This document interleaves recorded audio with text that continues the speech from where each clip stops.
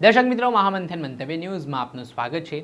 અમદાવાદના સનાથલમાં ક્ષત્રિય સમાજના યુવકની હત્યાના બનાવે ઘેરા પ્રત્યાઘાત પાડ્યા હતા। આ ઘટનામાં 2 આરોપીઓની પોલીસે ધરપકડ કરી। ઘટનાની વિગતે વાત કરીએ તો સનાથલ ગામમાં એક જ ગામમાં રહેતા લોકો લગ્ન પ્રસંગમાં ગાંધીનગરના સાંતે જ ગયા હતા, જેમાં મૃતક દેવેન્દ્રસિંહ ચૌહાણે ભરત ઠાકોરને લગ્ન પ્રસંગમાં આવ્યા હોવાથી મૃતકની ગાડી લગ્ન સ્થળથી થોડા દૂર હતી, ત્યારે તારી બાઇક ઉપર મને ગાડી સુધી મૂકી જતી વાત કહી અને ભરત ઠાકોરે તેમને લઈ જવાની ના પાડી। આને લઈને ત્યાં બોલાચાલી થઈ, વિવાદ થયો, ગાળાગાળી થઈ। ત્યારબાદ ભરત ઠાકોરનો ભાઈ ચેહર ઠાકોર સમાધાન કરવા માટે સનાથલ ગામમાં દેવેન્દ્રસિંહ ચૌહાણને બોલાવે છે અને ત્યાર પછી તેમને તીક્ષ્ણ હત્યાના ઘા ઝીંકીને હત્યા કરી દેવામાં આવે છે। આ ઘટનામાં લોહીલોણ હાલતમાં દેવેન્દ્રસિંહનો મૃતદેહ છે તે મળી આવ્યો હતો। ઘટનાની જાણ ચાંગોદર પોલીસને થતાં પોલીસની ટીમ તાબડતોબ ઘટના સ્થળે પહોંચી હતી। તપાસના ધમધમાટની શરૂઆત કરવામાં આવી હતી અને આ ઘટનામાં 2 આરોપીઓની પોલીસે ધરપકડ કરી છે। આ મામલે શું કહી રહ્યા છે અમદાવાદ ગ્રામ્યના ડીવાયએસપી, તેમને સાંભળો। ગઈકાલે અમદાવાદ ગ્રામ્ય જિલ્લાના ચાંગોદર પોલીસ સ્ટેશન વિસ્તારમાં રાતે આશરે 8 વાગ્યાના અરસામાં એક હત્યાનો બનાવ બનેલો છે।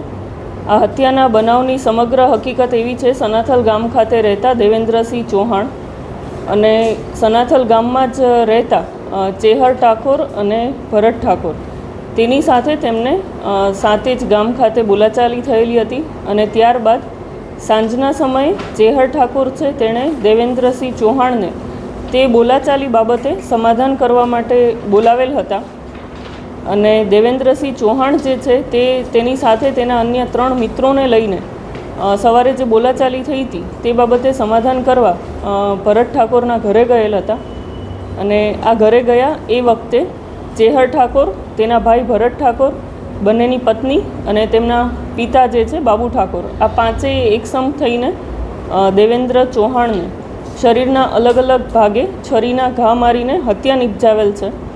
આ બનાવ બનતા તાત્કાલિક પોલીસને જાણ થતાં પોલીસ ઘટના સ્થળે પહોંચેલ અને ત્યારબાદ જે મરણ જનાર છે દેવેન્દ્રસિંહ ચૌહાણ, તેના કાકાના દીકરા ભાઈ જીતેન્દ્રસિંહની ફરિયાદ લઈ 103 મુજબ ગુનો દાખલ કરેલો છે। આ ફરિયાદ દાખલ કર્યા બાદ પોલીસે આરોપીની શોધખોળ હાથ ધરેલ, જેમાં ગુનાના મુખ્ય આરોપી જે છે એ ચેહર ઠાકોર અને તેના પિતા બાબુ ઠાકોરની ધરપકડ કરવામાં આવેલ છે।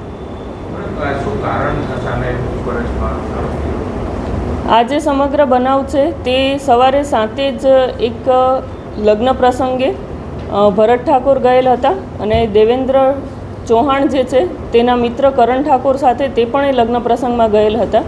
એ લગ્ન પ્રસંગ પૂરો કરીને પાછા ફરતી વખતે દેવેન્દ્ર ચૌહાણ જે છે એ ચાલતા આવતા હતા અને ખૂબ ગરમી હોવાના લીધે તેણે ભરત ઠાકોર પાસે લિફ્ટ માંગેલી કે મારી કાર આગળ પડેલી છે, તું મને મારી કાર સુધી મૂકી જા, અને ભરત ઠાકોરે કાર સુધી મૂકી જવાની તેને ના પાડેલી હતી અને આ ઘટનાનું મનદુખ રાખીને બંનેને ત્યાં બોલાચાલી થયેલ અને ત્યાં બોલાચાલી થયા બાદ જે ચેહર ઠાકોર છે, ભરત ઠાકોરનો સગો ભાઈ છે, તે અને દેવેન્દ્ર ચૌહાણ બંને એકબીજાના મિત્ર છે, જેથી ચેહર ઠાકોરે કીધું કે તારે જેની સાથે બોલાચાલી થયેલ છે એ મારો સગો ભાઈ જ છે અને આપણે આ ઝઘડો આગળ વધારવો નથી, જેથી તું ઘરે આવ, આપણે સમાધાન કરી લઈએ।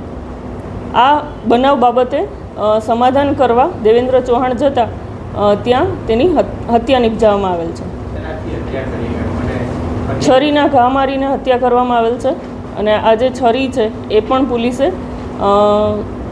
રિકવર કરેલી છે અને ચેહર ઠાકોર અને તેના પિતા બાબુ ઠાકોરની ધરપકડ કરવામાં આવેલી છે। હાલમાં ભરત ઠાકોર, જેની સાથે મુખ્ય બોલાચાલી સાતે જ ખાતે થયેલ હતી, તે ભરત ઠાકોર અને તેના પત્ની જે છે ચેહર અને ભરતના પત્ની, તે બંને ટોટલ 3 આરોપીને હાલમાં તજવીજ ચાલુ છે અને પોલીસ તેની અલગ અલગ રીતે શોધખોળ કરી રહી છે।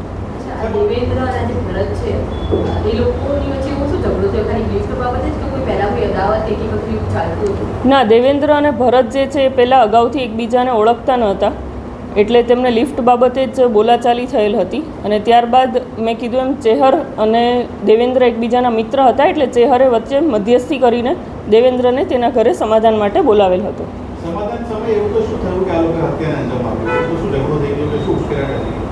જ્યારે દેવેન્દ્ર અને તેના મિત્રો ત્યાં સમાધાન માટે ગયેલા તે વખતે તેને બોલાચાલી વધારે ઉગ્ર થયેલી અને સમાધાન ન થતાં તે ઘરમાં જે છરી પડી હતી તે હાથમાં લઈને ચેહર, તેના પિતા, તેના ભાઈ અને તે બંનેના પત્ની આ 5 જણાએ તેના ઉપર હુમલો કરેલો અને શરીરના અલગ અલગ ભાગે ઘા કરીને તેની હત્યા નિપજાવેલ છે.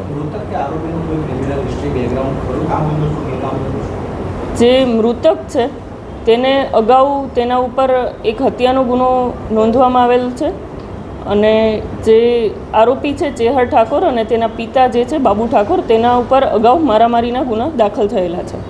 આપણે સાંભળ્યા હતા અમદાવાદ ગ્રામ્યના ડીવાયએસપી નીલમ ગોસ્વામી. તેમણે આ ઘટનાને લઈને માહિતી આપી છે અને જે ક્ષત્રિય યુવાનની હત્યાનો બનાવ બન્યો છે તેમાં માત્ર સામાન્ય બાબત નજીવી કે તું મને ગાડી સુધી મૂકી જા તેવું કહેતા આખી બબાલે ઉગ્ર સ્વરૂપ ધારણ કર્યો અને આ ઘટના બાદ હવે પોલીસે આગળની કાર્યવાહી હાથ ધરી છે. આરોપીઓ સામે હત્યા અંગેનો ગુનો નોંધીને કાયદેસરની કાર્યવાહી શરૂ કરી છે.